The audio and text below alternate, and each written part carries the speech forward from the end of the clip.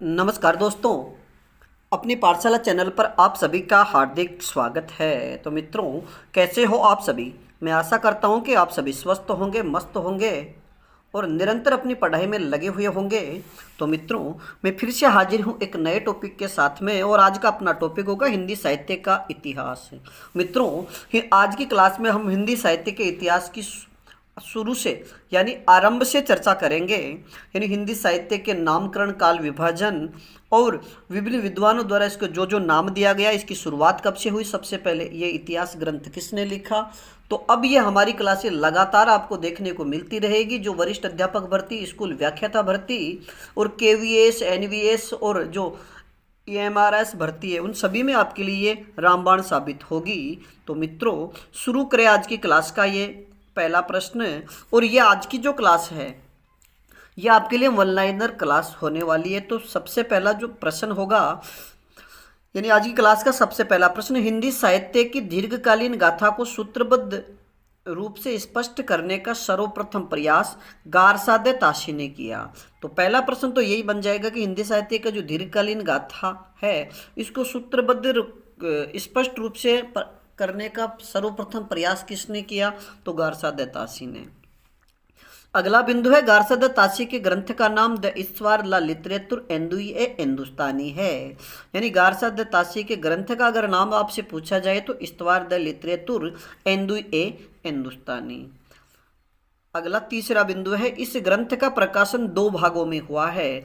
यानी इस्तवार the literature एंदुई ए हिंदुस्तानी ग्रंथ का प्रकाशन दो भागों में हुआ, जिसके प्रथम भाग का प्रकाशन 1839 ईस्वी में और द्वितीय भाग का प्रकाशन 1847 ईस्वी में हुआ। अगर आपसे ये प्रश्न कूट भाषा में भी पूछ लिया जाए तो ये सारा का सारा प्रश्न इसी से आपके एक प्रश्न बन सकता है कि जो गारसा इतवार द लिटरेचर एंदुई ए हिंदुस्तानी ग्रंथ के लेखक गारसाद ताशी है और ये दो भागों में प्रकाशित हुआ। प्रथम भाग का प्रकाशन 1839 ईस्वी तथा द्वितीय भाग का प्रकाशन 1847 में हुआ। आगे हम चर्चा करें तो हिंदी साहित्य या हिंदी भाषा में लिखा गया सर्वप्रथम हिंदी साहित्य का इतिहास ग्रंथ शिव सिंह सरोज है। बात करें अगले बिंदु की, शिव सिंह सरोज ग्रंथ के रचयिता ठाकुर शिव सिंह सेंगर है। अगला बिंदु है, शिव सिंह सरोज ग्रंथ का प्रकाशन 1883 ईस्वी में हुआ और इस ग्रंथ में लगभग 1000 कवियों का जीवन परिचय दिया गया है। तो मित्रों, अगर आपसे सीधा प्रश्न भी पूछ लिया जाए कि हिंदी भाषा में लिखा गया हिंदी साहित्य का सर्वप्रथम इतिहास ग्रंथ कौन सा है, तो शिव सिंह सरोज है। इसके लेखक ठाकुर शिव सिंह ठाकुर है और मित्रों यानी शिव सिंह सेंगर। और इसका प्रकाशन की बात करें तो इसका प्रकाशन 1883 में हुआ और इसमें लगभग 1000 कवियों का जीवन परिचय दिया गया है। अब इसके आगे हम चर्चा करें तो modern vernacular literature of Hindustan नामक ग्रंथ जॉर्ज ग्रियर्सन द्वारा रचित है। अगर आपसे ये ग्रंथ देकर के अगर नाम पूछा जाएगा तो फिर इसका उत्तर होगा जॉर्ज ग्रियर्सन। जॉर्ज ग्रियर्सन का प्रथम यानी जॉर्ज ग्रियर्सन का ग्रंथ सन 1888 ईस्वी में प्रकाशित हुआ। इसे हिंदी साहित्य का प्रथम इतिहास ग्रंथ माना जाता है। यानी जॉर्ज ग्रियर्सन द्वारा लिखा गया जो modern vernacular literature of Hindustan जो ग्रंथ है, यह हिंदी साहित्य का प्रथम इतिहास ग्रंथ क्यों माना जाता है, क्योंकि इसी में सर्वप्रथम काल विभाजन का प्रयास किया गया था। आगे बात करें तो जॉर्ज ग्रियर्सन ने अपने ग्रंथ में सर्वप्रथम कवियों व लेखकों का काल क्रम से वर्गीकृत किया है। ये बात आप ध्यान रखिएगा। आगे हम चर्चा करें तो जॉर्ज ग्रियर्सन के ग्रंथ के प्रथम भाग में कुल 738 कवि और लेखक हैं। और मित्रों, सबसे महत्वपूर्ण बात यह है कि इस ग्रंथ में यानी जो 738 कवि है इस ग्रंथ में, जिनमें से हिंदी के कवियों की संख्या मात्र 72 है। ये बात भी आप याद रखिएगा, क्योंकि कई बार सीधा प्रश्न भी पूछ लिया जाता है कि जॉर्ज ग्रियर्सन के ग्रंथ में जो 738 कवि यानी जॉर्ज ग्रियर्सन के ग्रंथ में हिंदी कवियों की संख्या कितनी है, तो सही उत्तर होगा 72। आगे हम बात करें तो मिश्र बंधु विनोद नामक ग्रंथ की रचना 4 भागों में है तथा इसका प्रकाशन 2 भागों में हुआ है। यानी मिश्र बंधु विनोद नामक ग्रंथ की रचना कितने भागों में हुई? 4 भागों में। लेकिन प्रकाशन अगर आपसे पूछा जाता है कि मिश्र बंधु विनोद नामक ग्रंथ का प्रकाशन कितने भागों में हुआ, तो 2 भागों में। अब आगे हम बात करें तो मिश्र बंधु विनोद के प्रथम 3 भाग 1913 ईस्वी में तथा चौथा जो भाग है 1934 ईस्वी में प्रकाशित हुआ। यानी ये ग्रंथ 4 भागों में, जिसके 3 भाग तो 1913 ईस्वी में प्रकाशित हुए तथा चौथा जो भाग है वह 1934 में प्रकाशित हुआ। मिश्र बंधु नाम से श्याम बिहारी मिश्र, सुखदेव बिहारी मिश्र और गणेश बिहारी मिश्र प्रसिद्ध है। आपसे यह प्रश्न भी पूछ लिया जाता है और पूछा भी गया है कि मिश्र बंधुओं में कौन शामिल नहीं है, तो तीनों तो ये भाई रह जाएंगे, श्याम बिहारी मिश्र, सुखदेव बिहारी मिश्र, गणेश बिहारी मिश्र, और इनके अलावा जैसे एक नाम दे दे कृष्ण बिहारी मिश्र, ये भी आपसे देकर पूछा जा सकता है। तो आप इन तीनों के नाम अच्छे से याद रखिएगा। गारसद तासी और शिव सिंह सेंगर ने वर्णानुक्रमी पद्धति को अपनाया है। यानी गारसद तासी और शिव सिंह सेंगर ने अपने हिंदी साहित्य की इतिहास ग्रंथ लेखन में वर्णानुक्रमी पद्धति को अपनाया। उन्होंने यानी जितने भी लेखक और कवियों को शामिल किया है, उन्होंने कालक्रम के अनुसार नहीं बल्कि जो लेखक है उनके नाम के प्रथम अक्षर के अनुसार उन्होंने उनको अपनाया है। आगे हम बात करें तो जॉर्ज गियर्सन और मिश्र बंधुओं ने कालानुक्रमी पद्धति को इतिहास ग्रंथ यानी कालानुक्रमी पद्धति को अपनाया है। तो जॉर्ज गियर्सन और मिश्र बंधुओं ने अपने जो इतिहास ग्रंथ लिखे, उन्होंने यानी कवियों के जन्म के अनुसार, यानी जिस कवि का जन्म पहले हुआ उसे पहले, उसके बाद के जो कवि बाद में, इस पद्धति को अपनाया है। आचार्य शुक्ल ने हिंदी साहित्य के इतिहास में, यानी आचार्य शुक्ल ने साहित्य इतिहास में विधेयवादी पद्धति का सहारा लिया है। आगे हम बात करें तो आचार्य रामचंद्र शुक्ल ने 1929 ईस्वी में साहित्य का इतिहास नामक ग्रंथ हिंदी शब्द सागर की भूमिका के रूप में लिखा है। यानी आचार्य रामचंद्र शुक्ल द्वारा जो हिंदी साहित्य का इतिहास ग्रंथ लिखा गया वह 1929 में लिखा गया और वह हिंदी साहित्य का इतिहास नामक ग्रंथ में शब्द सागर की भूमिका के रूप में प्रकाशित हुआ था। आगे बात करें कि हिंदी साहित्य का आलोचनात्मक इतिहास ग्रंथ के रचयिता डॉक्टर रामकुमार वर्मा है। और मित्रों, यह प्रश्न भी बहुत बार आप प्रतियोगी परीक्षाओं में पूछा गया है और ये कूट भाषा का प्रश्न भी आपसे बनता है। यानी जितने भी इतिहास ग्रंथ हैं उनके नाम, उनके रचयिताओं के नाम भी आप याद रखिएगा, क्योंकि प्रश्न आजकल सीधे प्रश्न न पूछ करके कूट भाषा में पूछा जाता है कि कौन सा सुमेलित है या कौन सा सुमेलित नहीं है, या कौन सा कथन सत्य है, कौन सा कथन असत्य है। आगे हम बात करें तो डॉक्टर रामकुमार वर्मा का ग्रंथ 1938 ईस्वी में प्रकाशित हुआ, जिसमें 693 ईस्वी से 1693 ईस्वी तक का कालखंड का वर्णन है। यानी डॉक्टर रामकुमार वर्मा ने हिंदी साहित्य के इतिहास की शुरुआत 693 ईस्वी से मानी है।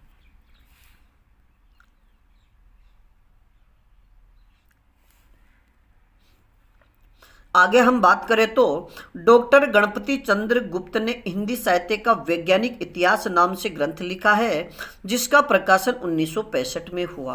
यानी डॉक्टर गणपति चंद्र गुप्त का जो इतिहास ग्रंथ है उसका नाम है हिंदी साहित्य का वैज्ञानिक इतिहास, और इसका प्रकाशन 1965 में हुआ। आज शुक्ल की तो आचार्य रामचंद्र शुक्ल ने साहित्य के काल विभाजन को 4 भागों में विभाजित किया तथा दोहरे नामकरण की प्रवृत्ति को अपनाया है। यानी आचार्य रामचंद्र शुक्ल ने साहित्य के काल विभाजन को 4 भागों में विभाजित किया है तथा इन्होंने काल विभाजन में दोहरे नामकरण की प्रवृत्ति को अपनाया है।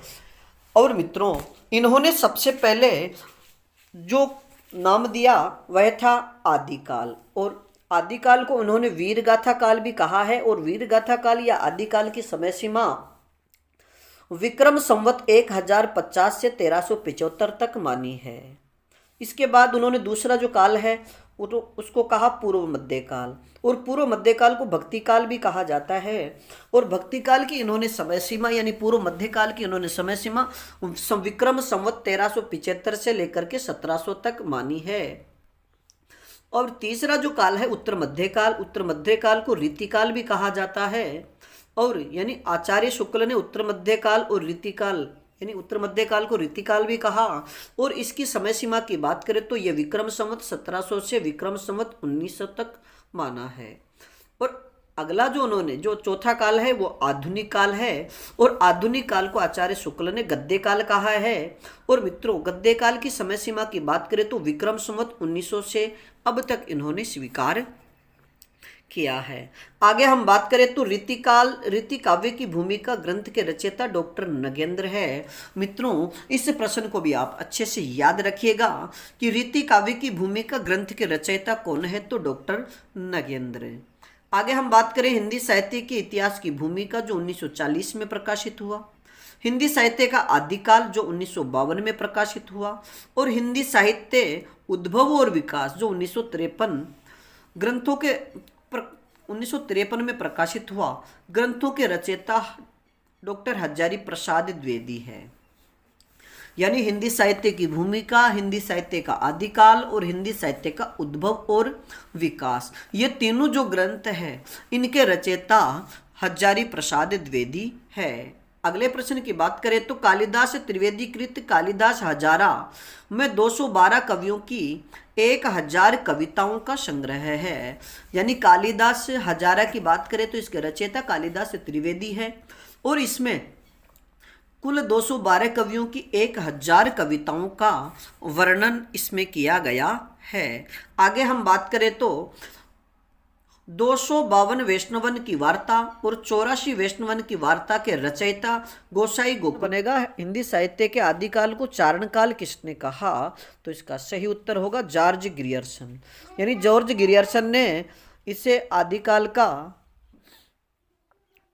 और दूसरे प्रश्न की बात करें तो संधिकाल चारण काल, यानी आदिकाल को संधिकाल चारण काल किसने कहा, तो इसका सही उत्तर होगा डॉक्टर रामकुमार वर्मा ने। अगला प्रश्न कि आदिकाल को वीर काल नाम किसने दिया, तो इसका सही उत्तर होगा विश्वनाथ प्रसाद मिश्र ने।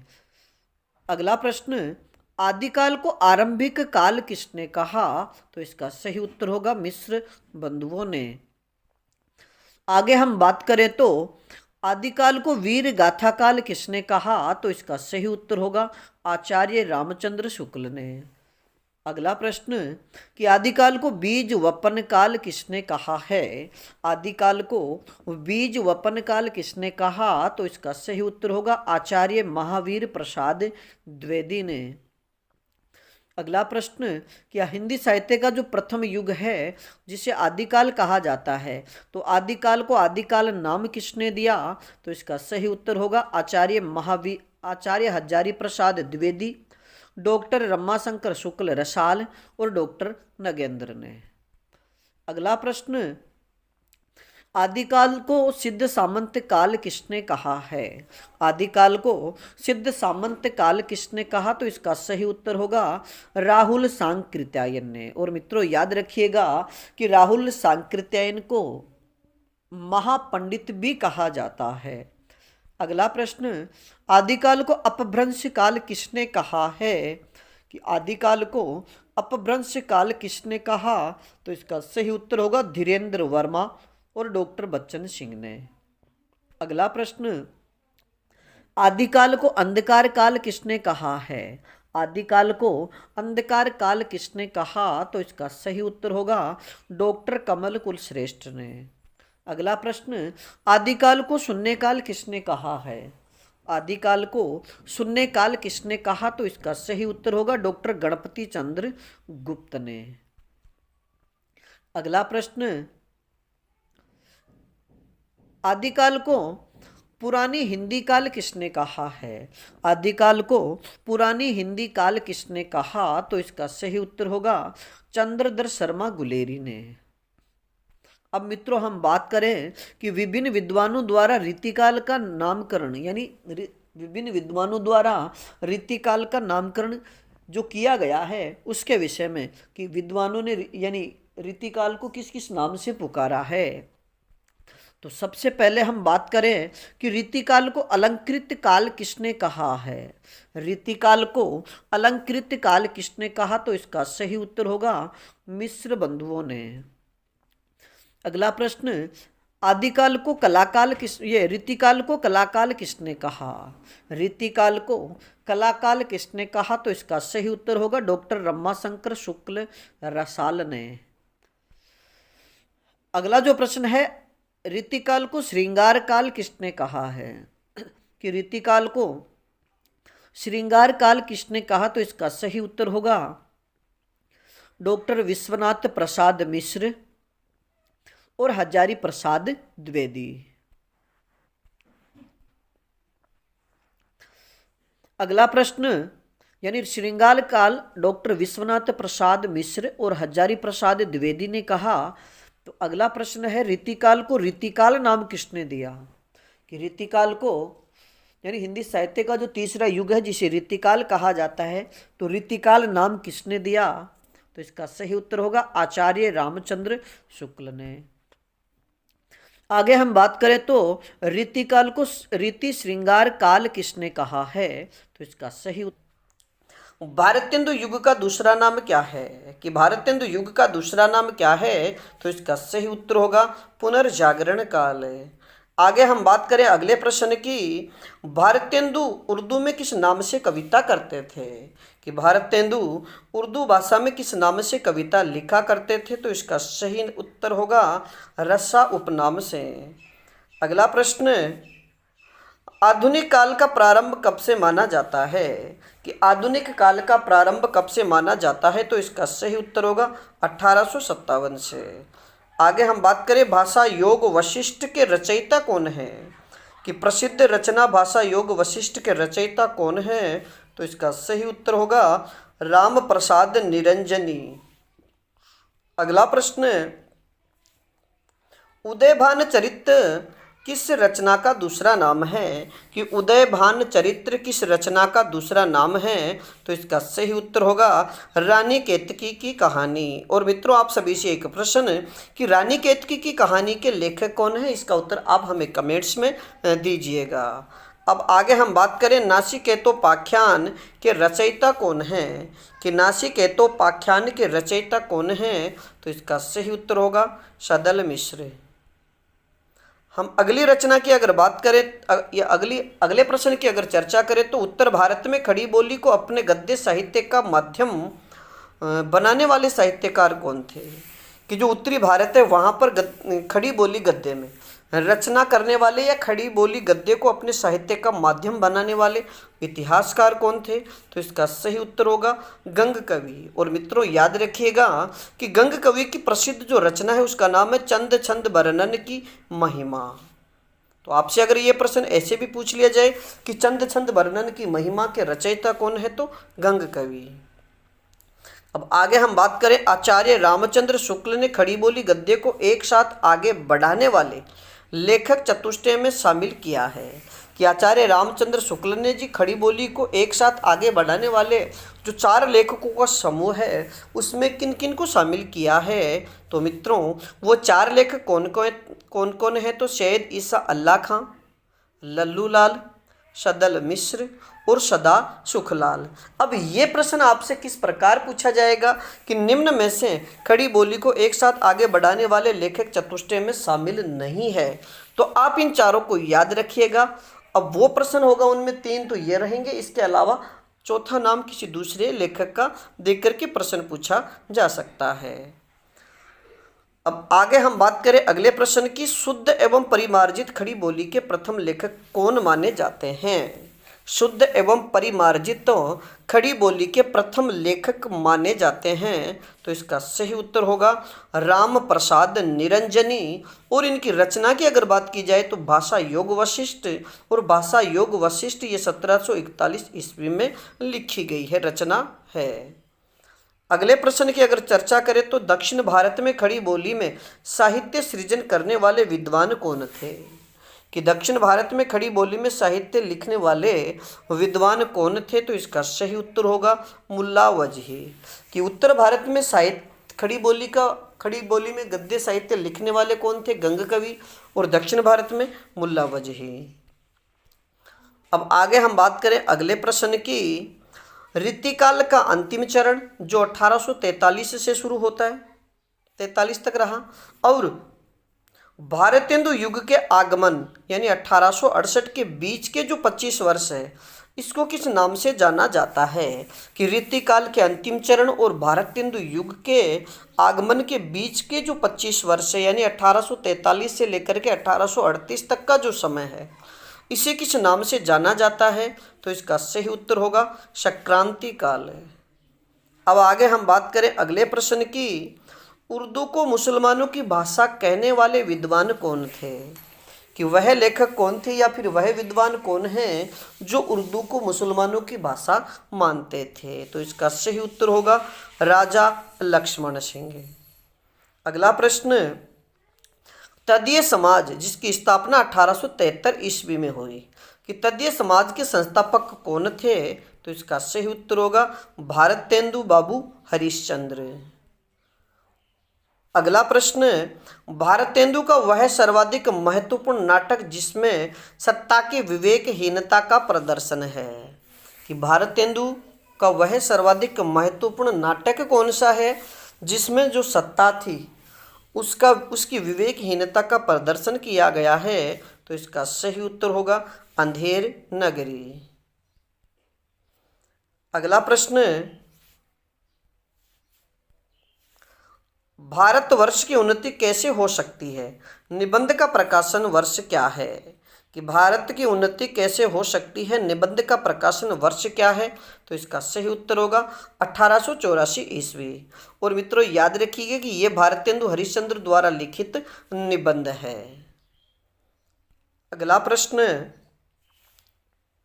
भारतेंदु युगीन साहित्य केवल राजनीतिक स्वाधीनता का साहित्य न होकर मनुष्य की एकता, समानता और भाईचारे का भी साहित्य है। यह कथन किस आलोचक का है? कि भारतेंदु हरिश्चंद्र का जो साहित्य है वो केवल राजनीतिक स्वाधीनता का साहित्य ही नहीं, वह मनुष्य की एकता, उसकी समानता और भाईचारे का साहित्य भी है। यह कथन किस आलोचक का है? तो इसका सही उत्तर होगा डॉक्टर रामविलास शर्मा का।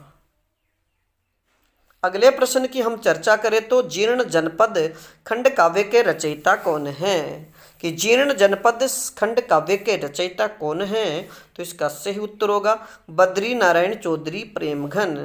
और मित्रों अगर इनकी रचनाओं की अगर चर्चा की जाए कि बद्री नारायण चौधरी प्रेमघन की प्रमुख रचनाएं कौन कौन सी हैं, तो आनंद अरुणोदय, अलौकिक लीला, हार्दिक हर्षादर्श, मयंक महिमा, वर्षा बिंदु और होली की नक्कल, ये बद्रीनारायण चौधरी की प्रमुख रचनाएं हैं। एक रचना है जो हमने पढ़ी है जीर्ण जनपद।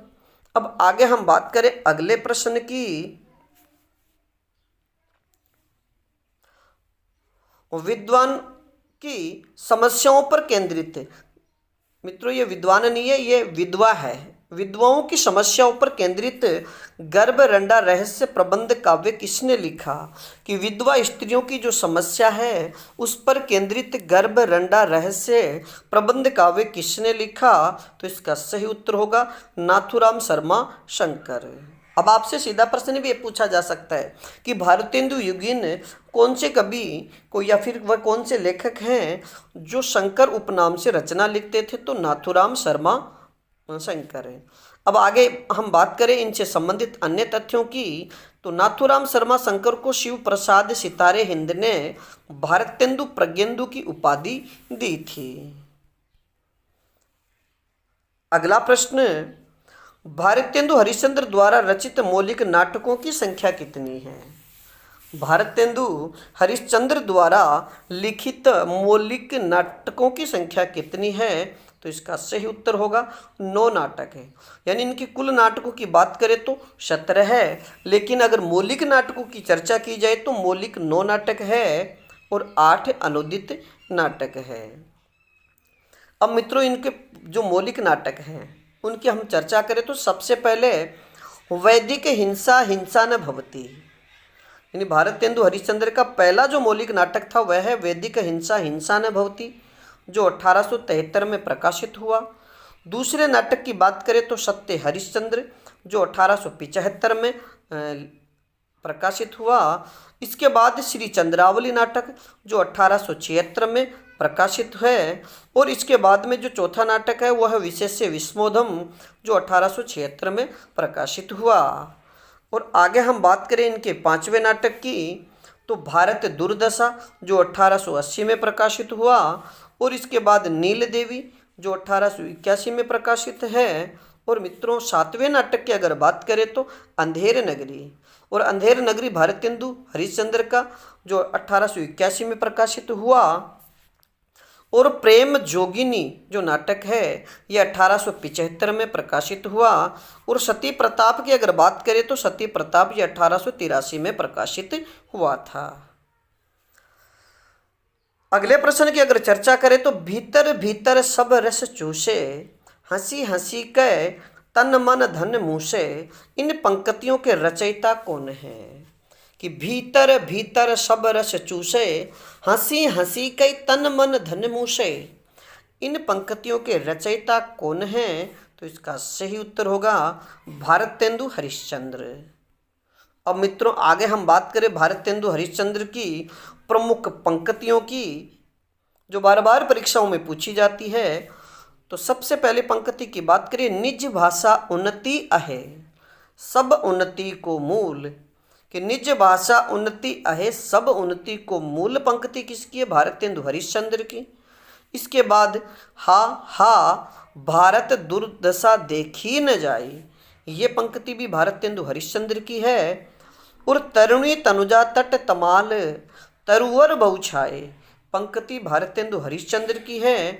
इसके अलावा चूरण साहब लोग जो खाता, सारा हिंद हजम कर जाता, ये पंक्ति किसकी है? तो भारतेंदु हरिश्चंद्र की। आगे हम बात करें अगले प्रश्न की, भारतेंदु युगीन किन निबंध लेखकों की तुलना अंग्रेजी गद्यकारों में एडिसन और स्टील से की जाती है? कि भारतेंदु युगीन वह निबंध लेखक कौन कौन है जिनकी तुलना एक तो एडिसन से और स्टील से की जाती है? तो इसका सही उत्तर होगा प्रताप नारायण मिश्र और बालकृष्ण भट्ट। तो मित्रों, एक तो प्रताप नारायण मिश्र को एडिसन और बालकृष्ण भट्ट की तुलना स्टील से की जाती है। अगला प्रश्न, भारत दुर्दशा नाटक की रचना करने के पीछे भारतेंदु जी का प्रमुख उद्देश्य क्या था? कि भारत दुर्दशा नाटक की जो रचना है भारतेंदु द्वारा की गई, लेकिन इसका प्रमुख उद्देश्य क्या था? तो मित्रों, भारतीय नागरिकों को अन्याय के विरुद्ध खड़े होने के लिए प्रोत्साहित करना ही इस नाटक का प्रमुख उद्देश्य था। अब आगे हम बात करें भारतेंदु युग के प्रमुख लेखक कौन कौन हैं? कि भारतेंदु युग या भारतेंदु मंडल के प्रमुख लेखक कौन कौन हैं? तो प्रमुख लेखकों में बद्रीनारायण चौधरी प्रेमघन, प्रताप नारायण मिश्र, ठाकुर जगमोहन सिंह, अंबिका दत्त व्यास, बालकृष्ण भट्ट, लाला श्रीनिवास दास, राधाचरण गोस्वामी और राधा कृष्ण दास, ये भारतेंदु मंडल के प्रमुख लेखक हैं। अगला प्रश्न, किस रचना व रचनाकार की भाषा तत्कालीन अन्य लेखकों की तुलना में मानक हिंदी के अधिक निकट है? कि भारतेंदु मंडल के वह रचनाकार कौन हैं जिनकी भाषा तत्कालीन अन्य लेखकों की तुलना में मानक हिंदी के सबसे नज़दीक रही? तो इसका सही उत्तर होगा सदा सुखलाल। और उनकी जो रचना है सदा ये सुख सागर, उसमें मानक हिंदी का सटीक प्रयोग मिलता है। आगे हम बात करें अगले प्रश्न की, भारतेंदु युग की समय सीमा कब से कब तक मानी जाती है? कि भारतेंदु युग की समय सीमा कब से कब तक मानी जाती है? तो इसका सही उत्तर होगा 1850 से 1900 ईस्वी तक। अगला प्रश्न, भारतेंदु युगीन प्रमुख लेखकों का समय क्या है? यानी अगर कालक्रम से भारतेंदु मंडल के प्रमुख लेखकों का विवरण आपसे पूछ लिया जाए कि निम्नलिखित लेखकों को कालक्रमानुसार व्यवस्थित कीजिए, तो ये प्रश्न आपके लिए बहुत ही महत्वपूर्ण होगा। इन्हें अच्छे से याद रखिएगा कि भारतेंदु युगीन प्रमुख लेखकों का समय सीमा क्या है। तो सबसे पहले भारतेंदु हरिश्चंद्र के जीवन की बात करें तो इनका जन्म 1850 और मृत्यु 1885 में हुई। इसके बाद ठाकुर जगमोहन सिंह की चर्चा करें तो इनका जन्म 1857 ईस्वी को और मृत्यु 1900 ईस्वी को हुई। नवनीत चतुर्वेदी की अगर चर्चा की जाए तो इनका जन्म 1868 ईस्वी को और मृत्यु 1919 को हुई। और मित्रों आगे हम बात करें बद्रीनारायण चौधरी प्रेमघन की, तो बद्रीनारायण चौधरी प्रेमघन का जन्म 1855 ईस्वी और मृत्यु 1923 ईस्वी को हुई।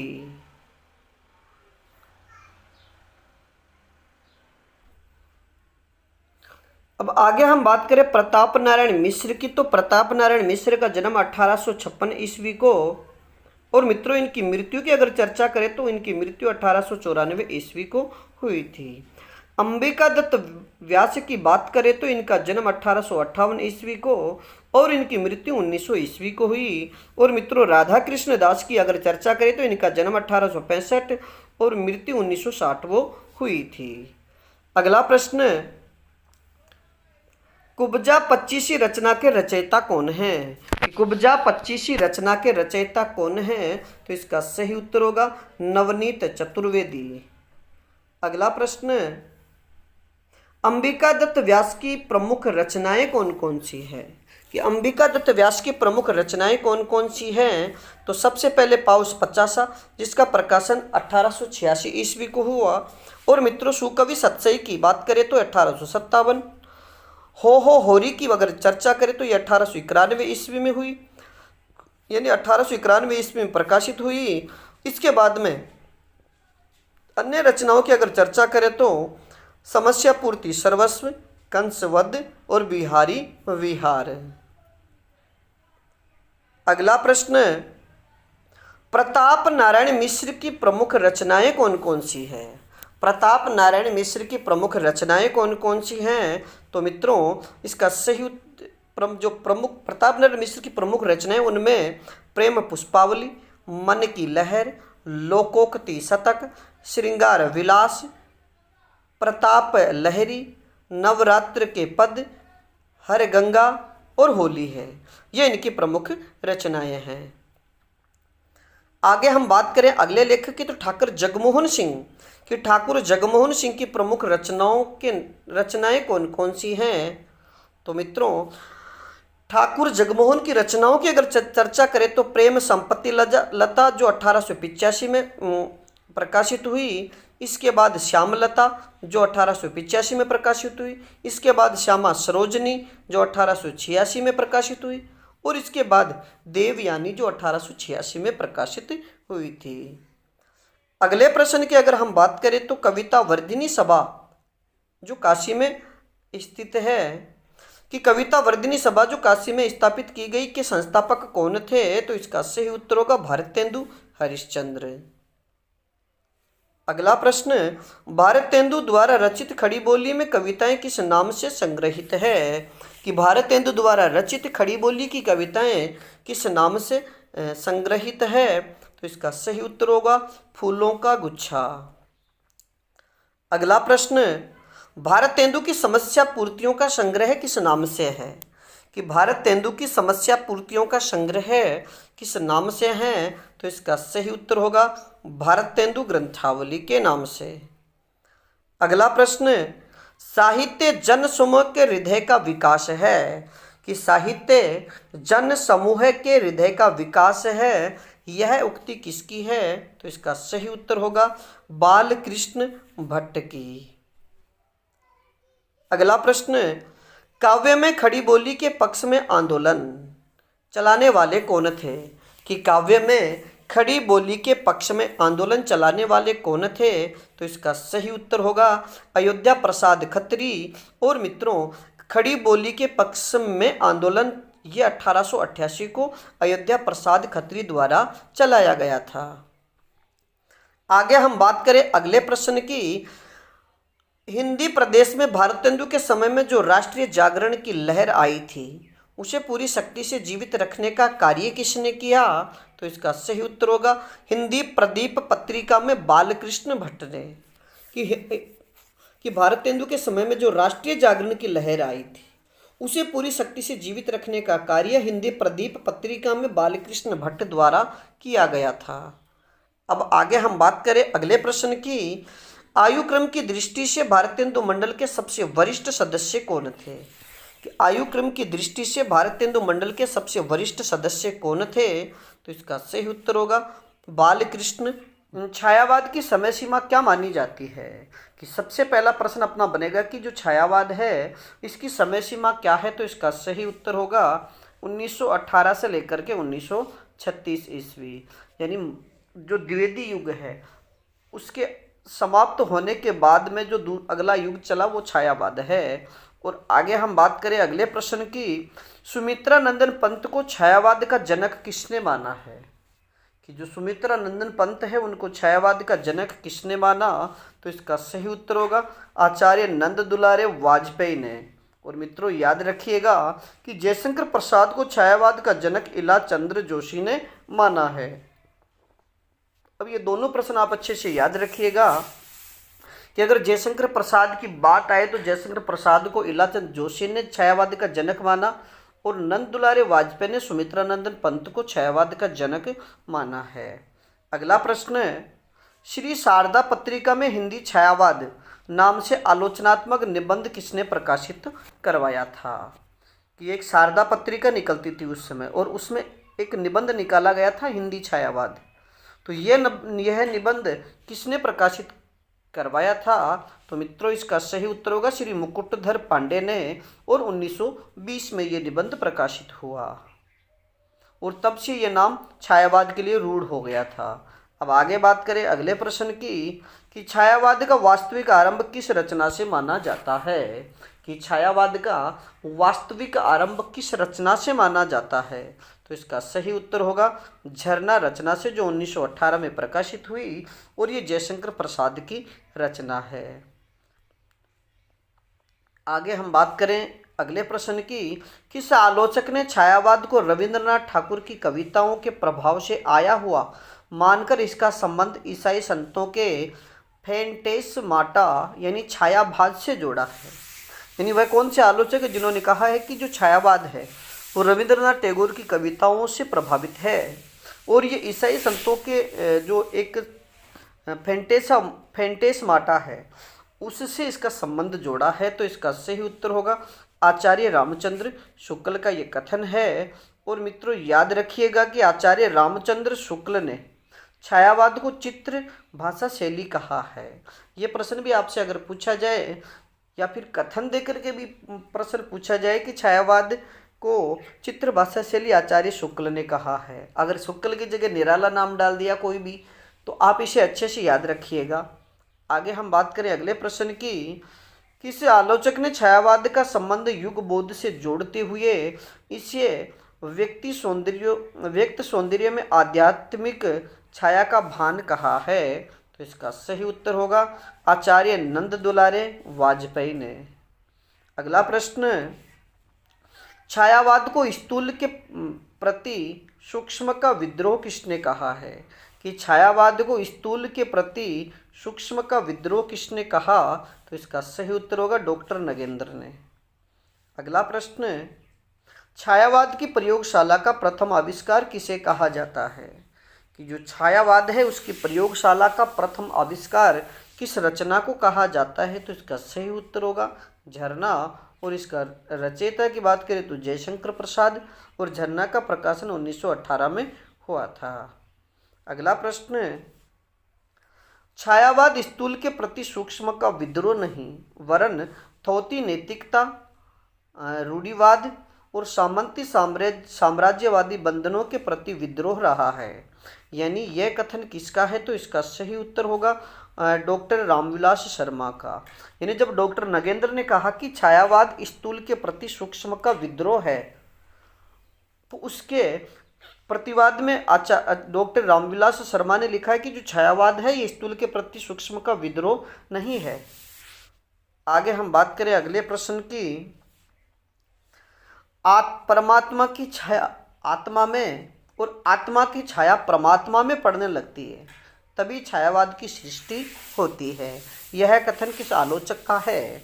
यानी छायावाद के विषय में अगर परिभाषा भी पूछी जाए कि परमात्मा की छाया आत्मा में और आत्मा की छाया परमात्मा में पड़ने लगती है तभी छायावाद की सृष्टि होती है, यह कथन किसका है? तो डॉक्टर रामकुमार वर्मा का। अब आगे बात करें अगले प्रश्न की। जब वेदना के आधार पर स्वानुभूतिमयी अभिव्यक्ति होने लगी तभी हिंदी में उसे छायावाद के नाम से अभिहित किया गया। कि जब वेदना के आधार पर स्वानुभूतिमयी अभिव्यक्ति होने लगी तभी हिंदी में उसे छायावाद के नाम से अभिहित किया गया, यह कथन किसका है? तो इसका सही उत्तर होगा जयशंकर प्रसाद का। अगला प्रश्न, छायावाद के प्रवर्तक आचार्य रामचंद्र शुक्ल ने किसे माना है? कि आचार्य रामचंद्र शुक्ल ने छायावाद का प्रवर्तक आचार्य किसे माना? तो इसका सही उत्तर होगा मैथिली शरणगुप्त और मुकुटधर पांडे को। यानी आचार्य शुक्ल ने मैथिली शरणगुप्त और मुकुटधर पांडे को छायावाद का प्रवर्तक माना है। और मित्रों, जबकि सर्वसम्मति से बात की जाए कि सर्वसम्मति से छायावाद का प्रवर्तक किसे माना है, तो जयशंकर प्रसाद को माना गया है। अगला प्रश्न, छायावाद के बृहदत्रयी यानी 3 स्तंभ में किन्हें शामिल किया गया है? कि छायावाद के बृहदत्रयी में किन्हें शामिल किया गया है? तो इसका सही उत्तर होगा जयशंकर प्रसाद, सुमित्रानंदन पंत, सूर्यकांत त्रिपाठी निराला। आगे हम बात करें अगले प्रश्न की कि छायावाद की लघुत्रयी में कौन शामिल है? तो इसका सही उत्तर होगा महादेवी वर्मा, डॉक्टर रामकुमार वर्मा और भगवती चरण वर्मा। अगला प्रश्न, छायावाद का मेघदूत किस रचना को माना जाता है? कि छायावाद का मेघदूत किस रचना को माना जाता है? तो इसका सही उत्तर होगा जयशंकर प्रसाद की रचना आंसू को। अगला प्रश्न, प्रकृति के सुकुमार कवि किसे कहा जाता है? प्रकृति के सुकुमार कवि किसे कहा जाता है? तो इसका सही उत्तर होगा सुमित्रानंदन पंत को। और मित्रों याद रखिएगा कि सुमित्रानंदन पंत को छायावाद का विष्णु भी कहा जाता है और जयशंकर प्रसाद को छायावाद का ब्रह्मा कहा जाता है। अगर आगे हम बात करें छायावाद की शक्ति या दुर्गा किसे कहते हैं, तो महादेवी वर्मा को। और क्रांतिकारी कवि या फिर छायावाद का रुद्र या छायावाद का महेश किसे कहा जाता है? तो सूर्यकांत त्रिपाठी निराला को। आगे हम बात करें अगले प्रश्न की, छायावाद का घोषणा पत्र यानी मैनिफेस्टो किस रचना को माना जाता है? कि छायावाद का घोषणा पत्र किस रचना को माना जाता है? तो इसका सही उत्तर होगा सुमित्रानंदन पंत की रचना पल्लव को। यह प्रश्न कई बार पूछा भी गया है कि छायावाद का घोषणा पत्र किस रचना को माना जाता है, तो पल्लव की भूमिका को।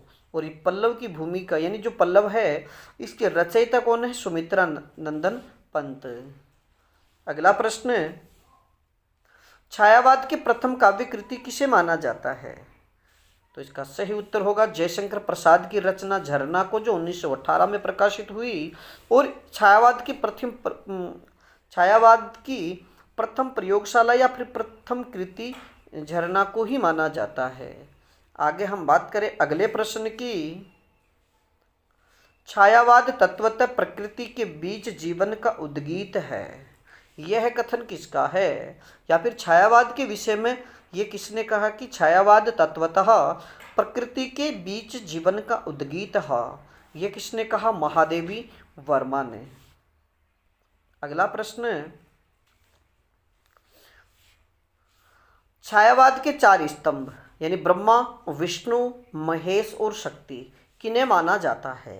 कि छायावाद के 4 स्तंभ किन्हें माना गया है? तो इसका सही उत्तर होगा, ब्रह्मा की बात करें तो जयशंकर प्रसाद, विष्णु की अगर बात करें तो सुमित्रानंदन पंत, महेश की अगर बात करें तो सूर्यकांत त्रिपाठी निराला, और शक्ति की अगर बात करें तो महादेवी वर्मा। यानी जयशंकर प्रसाद, सुमित्रानंदन पंत, सूर्यकांत त्रिपाठी निराला और महादेवी वर्मा को छायावाद के 4 स्तंभ माने गए हैं। और मित्रों आगे हम बात करें कि आधुनिक युग की मीरा किसे कहा जाता है? तो महादेवी वर्मा को आधुनिक युग की मीरा कहा जाता है। अगला प्रश्न, कलाधर उपनाम से ब्रज भाषा में कविताएं कौन लिखते थे? कि कलाधर उपनाम से ब्रज भाषा में कविताएं कौन लिखते थे? तो इसका सही उत्तर होगा जयशंकर प्रसाद। अगले प्रश्न की बात करें तो निराला की प्रथम कविता कौन सी मानी जाती है? कि निराला की प्रथम कविता कौन सी मानी जाती है? तो इसका सही उत्तर होगा जूही की कली, जो 1916 में प्रकाशित हुई। अगला प्रश्न, ईलाचंद्र जोशी ने छायावाद का प्रवर्तक किसे माना है? ईलाचंद्र जोशी ने छायावाद का प्रवर्तक किसे माना है? तो जयशंकर प्रसाद को। और मित्रों याद रखिएगा कि जयशंकर प्रसाद को झारखंडी या फिर सुंगनी साहू के नाम से भी जाना जाता है। और जयशंकर प्रसाद के, अब आप सभी से एक प्रश्न की जयशंकर प्रसाद के लिए यह किसने कहा कि जयशंकर प्रसाद तो गड़े मुर्दे उखाड़ते हैं, यह किसने कहा? तो इस प्रश्न का उत्तर आप हमें कमेंट्स में दीजिएगा। अगला प्रश्न, छायावाद स्थूल के प्रति सूक्ष्म का विद्रोह है। कि छायावाद स्थूल के प्रति सूक्ष्म का विद्रोह है, यह किसने कहा? तो इसका सही उत्तर होगा डॉक्टर नगेंद्र ने। अगला प्रश्न, छायावाद की शक्ति काव्य, यानी छायावाद शक्ति काव्य है, यह किसने कहा? तो इसका सही उत्तर होगा रामस्वरूप चतुर्वेदी ने। कि रामस्वरूप चतुर्वेदी ने छायावाद के लिए कहा कि छायावाद शक्ति काव्य है। आगे हम बात करें छायावाद को मधुचर्या किसने कहा है? कि छायावाद को मधुचर्या किसने कहा? तो इसका सही उत्तर होगा आचार्य रामचंद्र शुक्ल ने। अगला प्रश्न, छायावाद एक दार्शनिक अनुभूति है। छायावाद एक दार्शनिक अनुभूति है, ये किसका कथन है? तो इसका सही उत्तर होगा शांति प्रिय द्विवेदी का। अगला प्रश्न, किस काल को स्वर्ण युग के बाद हिंदी साहित्य का दूसरा बड़ा युग माना जाता है? कि किस काल को स्वर्ण युग यानी भक्ति काल, यानी जॉर्ज गिरियर्सन ने भक्ति काल को स्वर्ण युग कहा है। तो किस काल को स्वर्ण युग के बाद हिंदी साहित्य का दूसरा बड़ा युग माना जाता है? तो इसका सही उत्तर होगा छायावाद। अगला प्रश्न, छायावाद की समय सीमा की हमने पहले बात कर ली कि छायावाद की समय सीमा सर्वसम्मति से 1918 से 1936 मानी गई है। आगे हम बात करें अगले प्रश्न की, छायावाद की प्रमुख विशेषता क्या है? कि छायावाद की प्रमुख विशेषता क्या है? तो मित्रों सबसे पहली विशेषता की बात करें तो आत्मानुभूति, दूसरा है प्रकृति का मानवीकरण, और तीसरी विशेषता की बात करें तो व्यक्तिवाद का उदय। आगे हम बात करें अगले प्रश्न की कि वियोगी होगा पहला कवि, आह से उपजा होगा गान। कि वियोगी होगा पहला कवि, आह से उपजा होगा गान, किसकी पंक्ति है? तो इसका सही उत्तर होगा सुमित्रा नंदन पंत की। आगे हम बात करें अगले प्रश्न की, दुख ही जीवन की कथा रही, क्या कहूँ आज जो नहीं रही। यानी दुख की जीवन की कथा रही, क्या कहूँ आज जो नहीं कही, ये पंक्ति किसकी है? तो इसका सही उत्तर होगा निराला की। और मित्रों यह जो पंक्ति है निराला द्वारा अपनी बेटी की मृत्यु पर लिखी गई एक सबसे प्रसिद्ध, यानी हिंदी साहित्य का एक सबसे प्रसिद्ध शोक गीत सरोज स्मृति से ली गई है।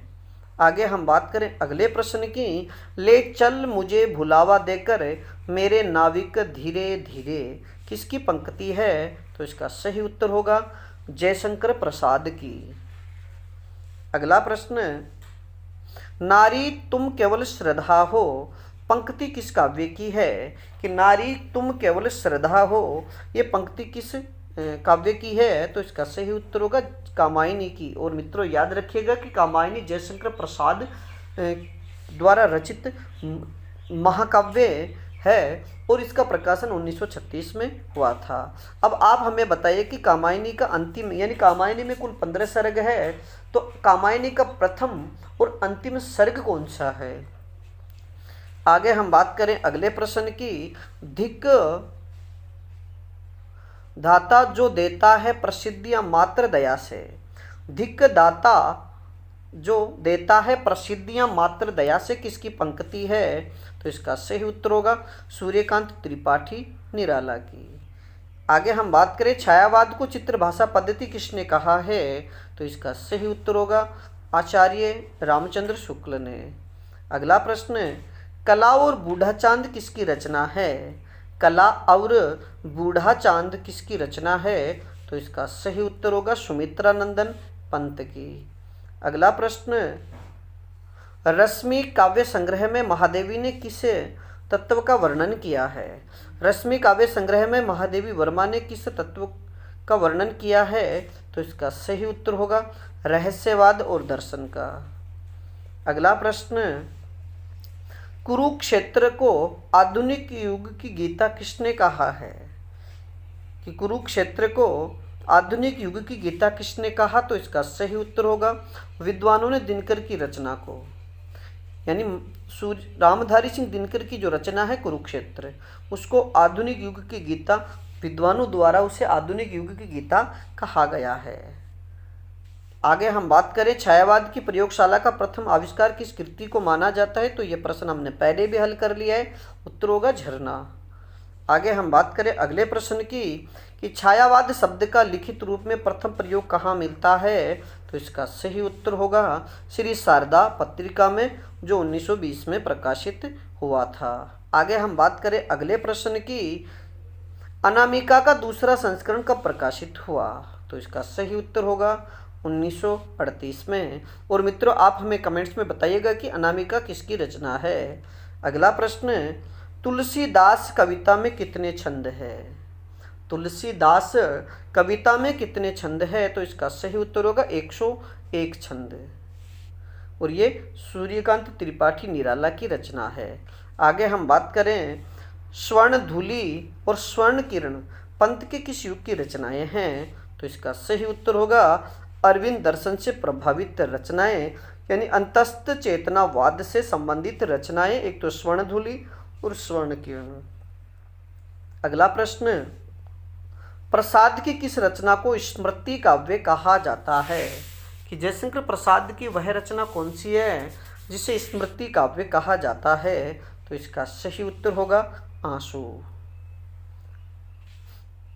कामायनी को नए युग का काव्य किसने कहा है? कि कामायनी को नए युग का काव्य किसने कहा, तो इसका सही उत्तर होगा नंद दुलारे वाजपेयी ने। अगला प्रश्न, छायावाद के किस कवि ने अरविंद आश्रम की यात्रा की थी? कि छायावाद के किस कवि ने अरविंद आश्रम की यात्रा की, तो इसका सही उत्तर होगा सुमित्रा नंदन पंत ने। अगला प्रश्न, युगांत रचना का अर्थ क्या है? यानी युगांत जो रचना है उसका अर्थ क्या है, तो इसका अर्थ होगा छायावाद का अंत और प्रगतिवाद का उदय। और मित्रों ये पंत जी की रचना है। आगे हम बात करें अगले प्रश्न की कि छायावाद में वैयक्तिकता का स्वर सबसे प्रखर किसमें है? कि छायावाद में वैयक्तिकता का स्वर सबसे प्रखर किसमें है, तो इसका सही उत्तर होगा निराला और बच्चन की रचनाओं में। अगला प्रश्न, सांदे काकली निराला की कैसी रचना है? कि जो सांदे काकली है सूर्यकांत त्रिपाठी निराला की किस प्रकार की रचना है, तो मित्रों ये मरणोपरांत प्रकाशित हुई और ये उनका अंतिम काव्य संग्रह है। अब मित्रों आज के लिए इतना ही, बाकी फिर मिलेंगे एक नए टॉपिक के साथ में। तब तक आप अपने अध्ययन में जुटे रहिएगा और अपनी पाठशाला बाय BN सर चैनल पर नए हो तो हमारे चैनल को लाइक, सब्सक्राइब और अपने मित्रों तक शेयर जरूर कीजिएगा। और आगे हम पढ़ेंगे छायावाद के जो 4 स्तंभ है उन सभी का जीवन परिचय।